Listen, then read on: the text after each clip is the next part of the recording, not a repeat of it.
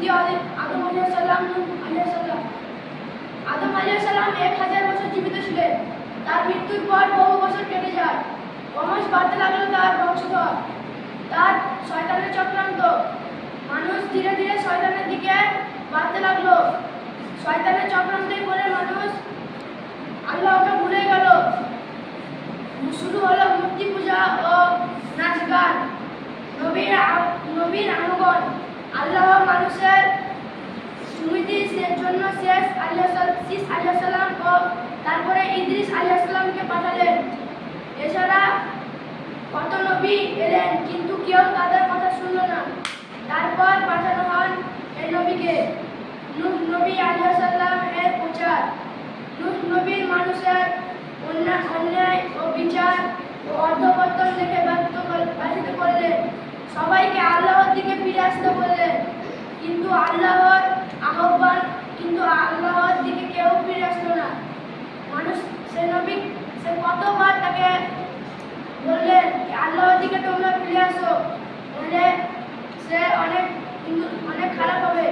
আল্লাহর গজব কত দেখালেন, কিন্তু শয়তানের পাল্লায় পড়ে আল্লাহকে ভুলেই গেলেন। অত্যাচার ও নবীর আত্মসংযম। মোড়ল মোতাব্বার তাকে উপহাস করে বললেন, তুমি তো আমাদের মতোই মানুষ, কিন্তু তুমি আবার কিরকম করে নবী হলে? এক মোড়ল বলল, তোমার ধন দৌলত কিছুই নেই, তবুও কেন তোমাকে নবী করা হলো? আসলে তারা ধন দৌলতের মর্যাদা দেয়, কোনো জ্ঞানী গুণী মূল্যবান ব্যক্তির মর্যাদা বোঝে না। নূহ নবী আলাইহিস সালাম তাদের বললেন, তোমরা সৎপথে পথিক হও, নইলে চরম ক্ষতিগ্রস্ত হবে। তিনি মানুষকে বিভিন্ন মেজাজে দেখালেন, কিন্তু বিভিন্ন রকমে বোঝালেন। তারা নবীর কথা শুনলই না, শুনতে বিরক্ত হয়ে গেল। কিন্তু নবী তাও ধৈর্য ধরল, কিন্তু তিনি নিজে ধৈর্য হারালেন না।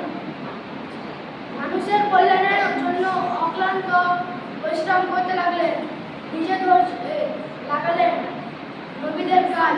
সমস্ত নবী আল্লাহর বাণী প্রচার করেছেন, কিন্তু যারা স্বার্থপর সারা জীবন নিষ্ঠুরভাবে ইসলামের দিকে ডাকে, টাকা পয়সা দিলেও দেয় না, তারাই প্রকৃত নবী। কেউ নূহ আলাইহিস সালামের কাজে সন্দেহ করেছিল, কিন্তু ক্ষতিগ্রস্তভাবে নূহ নবী খাঁটি নবী ছিলেন।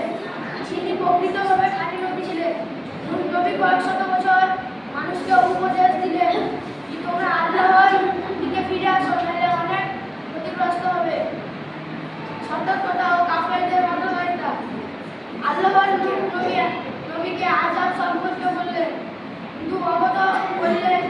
অতঃপর মানুষকে সতর্ক করে দিলেন, নির্দেশ দিলেন, কিন্তু আযাবে তারা কখনো কিছু করতে পারলেন না। তোমরা আল্লাহর আযাব কোথায় গেল? আল্লাহর আযাব কিরকম একটু বলবে? নূহ নবী তাদের বললেন, এতে উপহাস করার মতো কিছুই নেই, কিন্তু তারা উপহাস করে সব উড়িয়ে দিল। জাহাজ নির্মাণ। এদিকে আল্লাহর নির্দেশ এলো জাহাজ নির্মাণ। নূহ নবী ইমানদার লোকেদের নিয়ে এক প্রকাণ্ড জাহাজ নির্মাণ শুরু করার কাজ করে দিলেন। শুকনো মাটিতে জাহাজ নির্মাণ দেখে কাফেররা হো হো করে হেসে বললেন, শুকনো মাটিতে জাহাজ তৈরি করছে, বন্যার সংকেত। জাহাজ নির্মাণ শেষ হলো।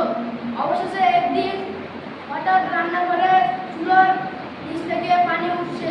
নূহ নবী বুঝতে পারলেন এবার আল্লাহর গজব আসছে। তিনি তার ধন সম্পদের জন্য কাঁদতে লাগলেন, আর আবার সকলের কাছে ছুটোছুটি করে বললেন, তোমরা আল্লাহর কাছে ফিরে আসো। কিন্তু কেউ তার কথা বুঝলেন না। এখনো সময় আছে। নিজের স্ত্রী ও পুত্র ও কন্যা কেউ বুঝলেন না। তারা বলতে লাগলো, বন্যা এলে ওই উঁচু পাহাড়ের দিকে আমরা উঠে যাব। কিন্তু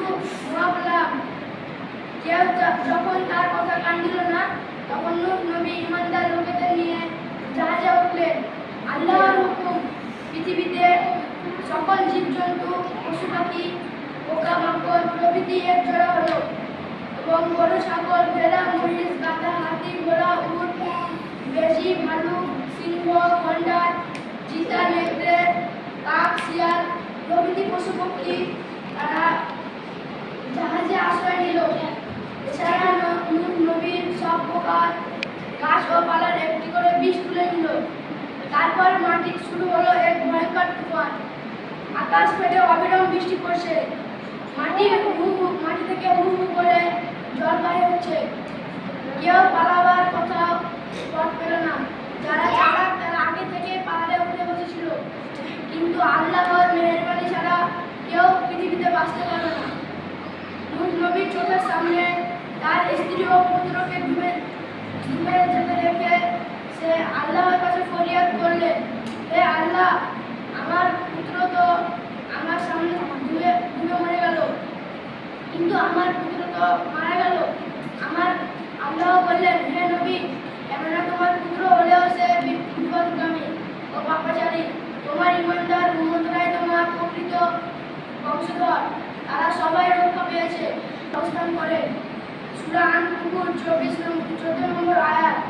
ইবনে আব্বাসের বর্ণনা অনুযায়ী নূহ 480 বছর বয়সে নবী আলাইহিস সালাম নবী হন এবং কাফনের পর তিনি 350 বছর বেঁচে ছিলেন।